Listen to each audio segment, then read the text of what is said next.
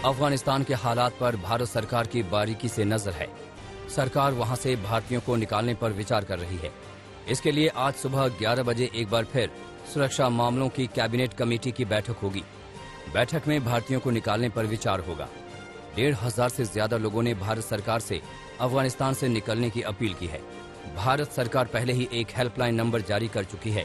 काबुल के साथ अफगानिस्तान के कुछ दूसरे शहरों में भी भारतीय फंसे हैं।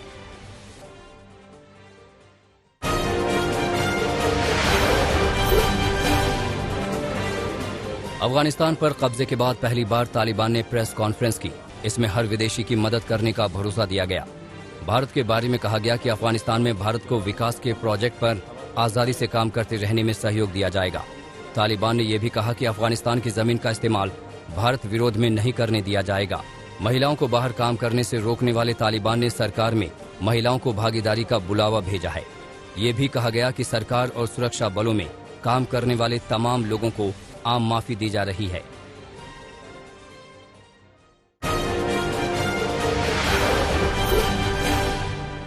तालिबान के कब्जे के बाद अफगानिस्तान के हालात को लेकर पीएम आवास पर बड़ी बैठक हुई।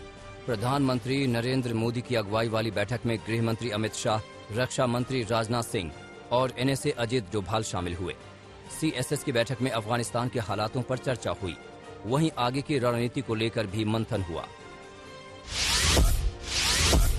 C-17 globe master plane Kabul से 120 भारतीयों को लेकर आज भारत आ गया। C-17 ग्लोब मास्टर प्लेन को पहले गुजरात के जामनगर में रोका गया, फिर इसे हिंडन एयरबेस लाया गया। वापस आने वालों में भारतीय दूतावास के कई कर्मचारी, वहां मौजूद सुरक्षाकर्मी और कुछ भारतीय पत्रकार शामिल हैं। भारतीय दूतावास के सभी लोग लौट आए हैं। सरकारी सूत्रों से जानकारी मिली है कि अफगानिस्तान से 1,650 भारतीयों ने वापस आने के लिए अप्लाई किया है। दूसरी तरफ भारत सरकार ने बताया कि काबुल में मौजूद दूतावास के सभी लोगों को भारत वापस बुला लिया गया है। ये काम 2 चरणों में हुआ। इसमें राजदूत और बाकी कर्मचारी भारत आ चुके हैं। ये भी बताया गया कि भारतीय दूतावास पूरी तरह बंद नहीं हुआ है। लोकल स्टाफ काउंसलर सर्विस दे रहे हैं। विदेश मंत्रालय की ओर से 24 घंटे चलने वाले विशेष अफगानिस्तान सेल के नंबर भी जारी किए हैं। अफगानिस्तान में अभी भी कई भारतीय फंसे हुए हैं, जिन्होंने भारत सरकार से उन्हें सुरक्षित बाहर निकालने की गुहार लगाई है। चंदौली के रहने वाले सूरज इस वक्त काबुल में हैं। वहीं उनका परिवार लगातार सरकार से उन्हें बाहर निकालने की गुहार लगा रहा है। वहीं देहरादून की रहने वाली रूपा थापा के पति हरी थापा भी काबुल में हैं, जिन्होंने सरकार से उन्हें वापस लाने की गुहार लगाई है। ज्यादा वो है, प्रेशर है, जो कि वो दिखा नहीं रहे हमें। मेरे हस्बैंड तो वीडियो कॉल भी नहीं कर रहे मुझे, क्योंकि उन्हें पता है वो मुझे देखेंगे तो शायद टूट जाएंगे। मैं हिम्मत तो कर रही हूँ, लेकिन बच्चों को देख के थोड़ा कोशिश कर रही हूँ कि भगवान से दुआ कर रही हूँ और सरकार कुछ कर दे हमारे लिए। और तो बोल नहीं पाऊंगी मैं, क्योंकि जब से सुना है तब से रोक नहीं पा रहे अपने आप को। अपने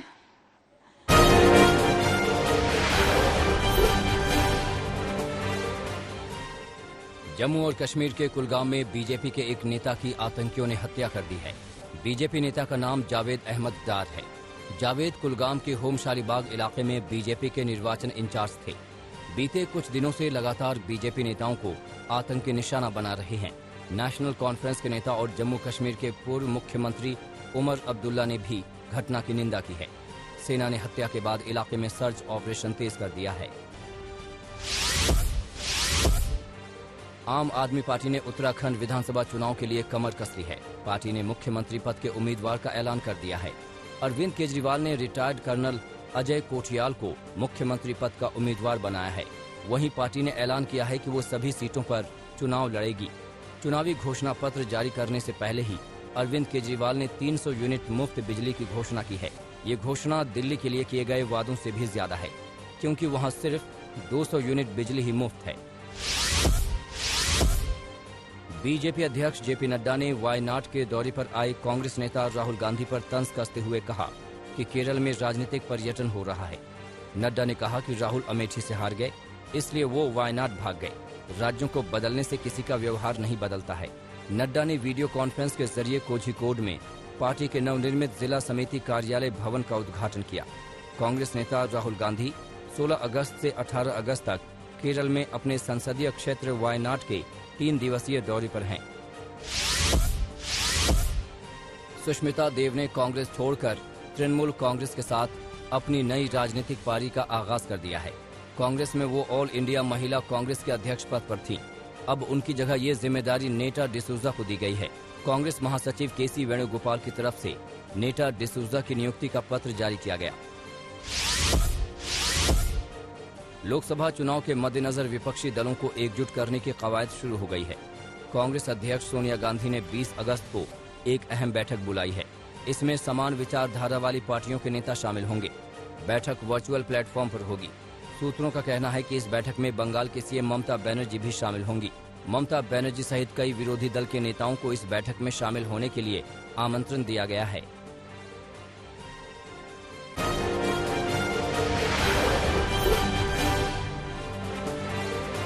बिहार में बेहिसाब बाढ़ से कई जिले कराह रहे हैं। कई जिलों में नदियां उफान पर हैं और आसपास के गांव जलमग्न हैं।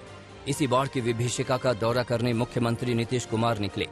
नीतीश कुमार ने पटना, बेगूसराय, खगड़िया का दौरा किया और बाढ़ का जायजा लिया। बेगूसराय में लोगों ने मदद न मिलने पर शिकायत की, जिसके बाद व्यवस्थाएं सुधारने के सख्त निर्देश दिए गए हैं। गंगा नदी का बाढ़ का बहुत बढ़ाव हुआ, तो उसके चलते बहुत एरिया प्रभावित है और वहाँ पर क्या लोगों की राहत के लिए काम हो रहा है, यही देखना बहुत जरूरी है।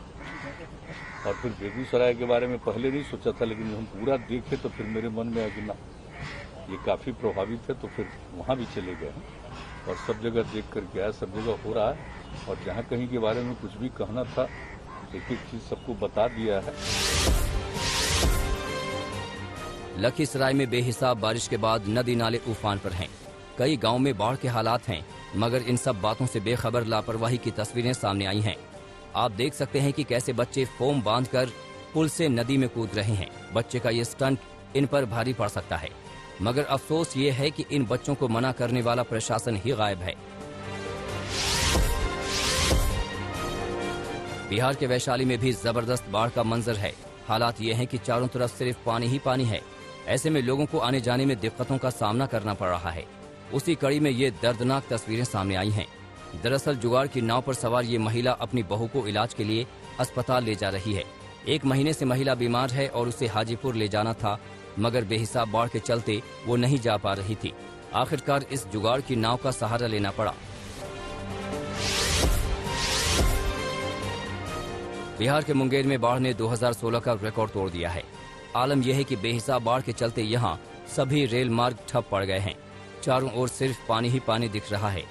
बेहिसाब पानी के चलते यहाँ चलने वाली कई विकास योजनाएं पानी की भेंट चढ़ गई हैं।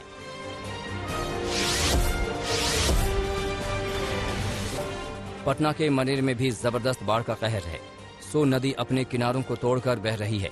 दानापुर और मनेर की 6 पंचायतें बाढ़ से बुरी तरह प्रभावित हैं। इलाके के कई गांव में बाढ़ का पानी पहुंच चुका है। बाढ़ की वजह से यहां लोगों का जनजीवन बुरी तरह अस्त व्यस्त है।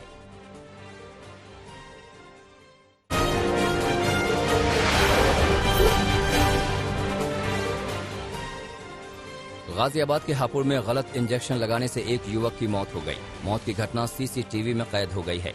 मृतक के परिवार वालों ने प्राइवेट अस्पताल पर लापरवाही का आरोप लगाया है। मृतक अपनी चाची को लेकर अस्पताल गया था, तभी उसके पेट में दर्द शुरू हो गया, जिसके बाद उसी प्राइवेट अस्पताल में उसे इंजेक्शन दिया गया। इंजेक्शन लगने के तुरंत बाद युवक ने दम तोड़ दिया। इस मामले में केस दर्ज कर लिया गया है। संज्ञान में आया है और उसमें मैंने अपनी टीम को भेजा है, उनके सारे डॉक्यूमेंट्स देख के कि क्या इंजेक्शन लगा, किस बीमारी से वो आया था, और उसकी जैसे भी मुझे रिपोर्ट मिल जाएगी, उसमें अगर जो भी दोषी होगा उसके बाद तुरंत कार्रवाई। बिहार के सहरसा में पुलिस को बड़ी कामयाबी हाथ लगी है। सहरसा पुलिस ने हत्या और लूट की वारदात को अंजाम देने वाले 2 अपराधियों को गिरफ्तार किया है। इन अपराधियों के पास से 2 पिस्तौल, 7 कारतूस, 1 मैगजीन और मोबाइल बरामद हुआ है। दोनों की गिरफ्तारी अलग अलग जगहों से हुई। सहरसा एसपी लिपि सिंह के मुताबिक ये अपराधी 2002 से ही वारदात को अंजाम दे रहे थे। थानाध्यक्ष चरहार के द्वारा उसकी जांच की गई और साथ में रेड किया गया, जहां से रंगे हाथों कैलाश यादव को गिरफ्तार किया गया है। कैलाश यादव का एक बहुत लंबा चौड़ा आपराधिक इतिहास रहा है। करीब 2002 से वो क्राइम करते रहा है। उस पर हत्या जैसे संगीन मामले भी दर्ज हो चुके हैं। राजस्थान के भरतपुर में दहशत से भरे गन वाली तस्वीरें सामने आई हैं। तस्वीरों में आप देख सकते हैं कि कैसे एक युवक ने अपनी कनपटी पर पिस्तौल लगा रखी है और वो धमकी दे रहा है कि वो खुद को गोली मार लेगा। पुलिस वाले इसे समझा रहे हैं, मगर ये पुलिस वालों को धमका रहा है। जानकारी के मुताबिक युवक एक पान की दुकान पर गुटखा लेने गया था। गुटखे का पैसा मांगने पर इसने पिस्तौल निकाली और 2 राउंड गोली चला दी, जिसमें 2 लोग घायल हो गए। घायलों को अस्पताल ले जाया गया है। वहीं पुलिस के पहुंचने पर इसने ड्रामा शुरू कर दिया। आखिरकार पुलिस ने इसे गिरफ्तार कर लिया है। एक आदमी कुछ उधार के लिए सामान लेने आया और उस बात को लेकर कुछ कहासुनी हो गई और उसके बाद जो है उस आदमी ने एक फायरिंग की घटना को अंजाम दिया है, जिसमें 2 लोगों को चोटें आई हैं और उन दोनों का जो है वो इलाजरत है, उनको अलवर रेफर किया गया है। और जो आदमी है जिसने फायरिंग की घटना को अंजाम दिया है उसको डिटेन किया जा चुका है। पर्चा बयान के लिए पुलिस अलवर गई है, मुकदमा दर्ज किया जाएगा। राजस्थान के भरतपुर में पुलिस और राजनीतिक दल के लोगों के बीच भयानक झड़प हुई। तस्वीरों में देखा जा सकता है कि कैसे लोग पुलिस से भिड़ गए हैं। बताया जा रहा है कि इस झड़प में पुलिस वालों की वर्दियां फट गईं। बताया जा रहा है कि पंचायत चुनाव में एक प्रत्याशी का फॉर्म रद्द हो जाने के बाद उनके समर्थक उग्र हो गए और पुलिस कर्मियों से भिड़ गए। पुलिस पर हमला करने के आरोप में 2 लोगों को गिरफ्तार किया गया है।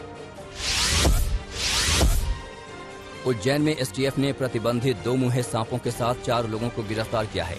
इस मामले में एसटीएफ ने वाइल्ड लाइफ एक्ट प्रोटेक्शन के तहत कार्रवाई की है। एसटीएफ के मुताबिक आरोपियों के पास से 3 रेड सैंड बोआ स्नेक मिले हैं। इन 2 मुँहे सांपों को संरक्षित और प्रतिबंधित किया हुआ है। एसटीएफ के मुताबिक आरोपी इसे तांत्रिक क्रियाओं में इस्तेमाल करते हैं। सांपों की कीमत करीब 2.5 करोड़ बताई जा रही है। इसके कई कारणों से इसकी उपयोगिता है। एक तो इसको रखने के लिए लोग शुभ मानते हैं और दूसरा तांत्रिक क्रियाओं में इसका इस्तेमाल होता है। और इसके साथ ही इसके बारे में ये है कि अंतर्राष्ट्रीय कीमत इसकी बहुत ज़्यादा है। इसके खरीदार बहुत अलग अलग कारणों से इसे क्रय करते हैं, तो चूँकि इससे होने वाले आर्थिक लाभ बहुत ज़्यादा हैं, इसलिए इसका स्मगलिंग सामान्य तौर पर होती है। कितना जहाँ तक हमारी जानकारी है कि अंतर्राष्ट्रीय मूल्यांकन इसका करें 3 का, तो लगभग 2.5 करोड़ के आसपास इसकी कीमत आती है। बिहार के भागलपुर और सहरसा से 2 दर्दनाक तस्वीरें सामने आई हैं। सहरसा में सिमरी बख्तियारपुर थाना क्षेत्र के लगमा बलतौड़ा घाट पर तिलावे नदी पार करने के दौरान नाव पलट गई, जिसमें 3 महिलाओं की डूबने से मौत हो गई, जबकि एक की हालत गंभीर है। वहीं भागलपुर में गंगा में एक नाव पलट गई, जिसमें 3 बच्चे और 4 मवेशी लापता हैं। हादसा गंगा के उत्तरी ओर पुरानी दियारा में डूबा घाट के समीप हुआ है। फिलहाल गोताखोर बच्चों को तलाश रहे हैं।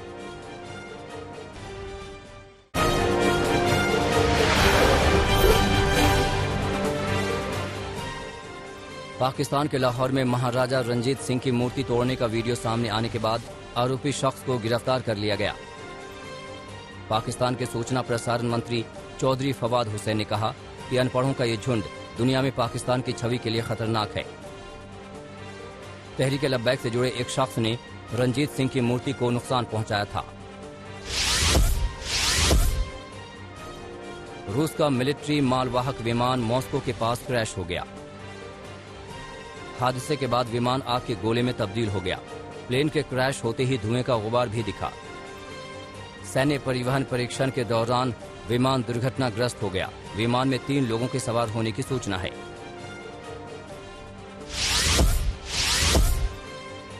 बाइडेन प्रशासन अमेरिकी लोगों को बूस्टर शॉट्स लगाएगा। कोरोना के दोनों डोज लगाने के 8 महीने बाद ये डोज लग सकता है। कोरोना का बूस्टर डोज लगाने के लिए अमेरिका का food and drug administration road map तैयार कर रहा है। इस हफ्ते बूस्टर डोज को लेकर बाइडेन ऐलान कर सकते हैं।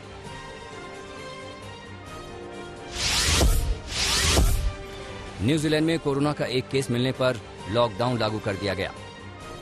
6 महीने बाद सामने आया ये पहला मामला है। ऑकलैंड में एक व्यक्ति कोविड-19 से संक्रमित पाया गया। प्रधानमंत्री जेसिंडा आर्डन ने कम से कम 3 दिनों के लिए पूरे देश में सख्त लॉकडाउन लगा दिया। प्रधानमंत्री ने महामारी को खत्म करने के लिए लोगों से मदद की अपील की। श्रीलंका में डेल्टा वेरिएंट के कहर ने सरकार और लोगों की चिंता बढ़ा दी है। पिछले 2 हफ्तों में संक्रमण से मरने वालों की संख्या में रिकॉर्ड तोड़ इजाफा हुआ है।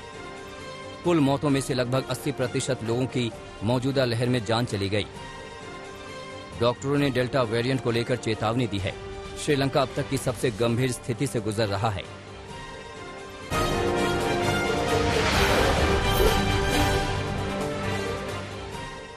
इटली में वैक्सीनेशन अभियान और तेज कर दिया गया है। अब 12 से 18 साल के बच्चों को कोरोना का टीका लगाया जा रहा है। यहां बच्चे बिना अपॉइंटमेंट के वैक्सीन लगवा सकेंगे। इटली में स्कूल खोलने की योजना से पहले बच्चों को वैक्सीनेट करने की सरकार की योजना है।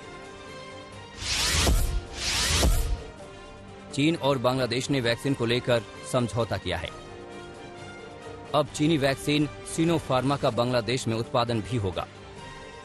स्थानीय दवा कंपनी इनसेप्टा के साथ मिलकर हर महीने 50 लाख खुराक वैक्सीन बनाएगी सिनोफार्मा।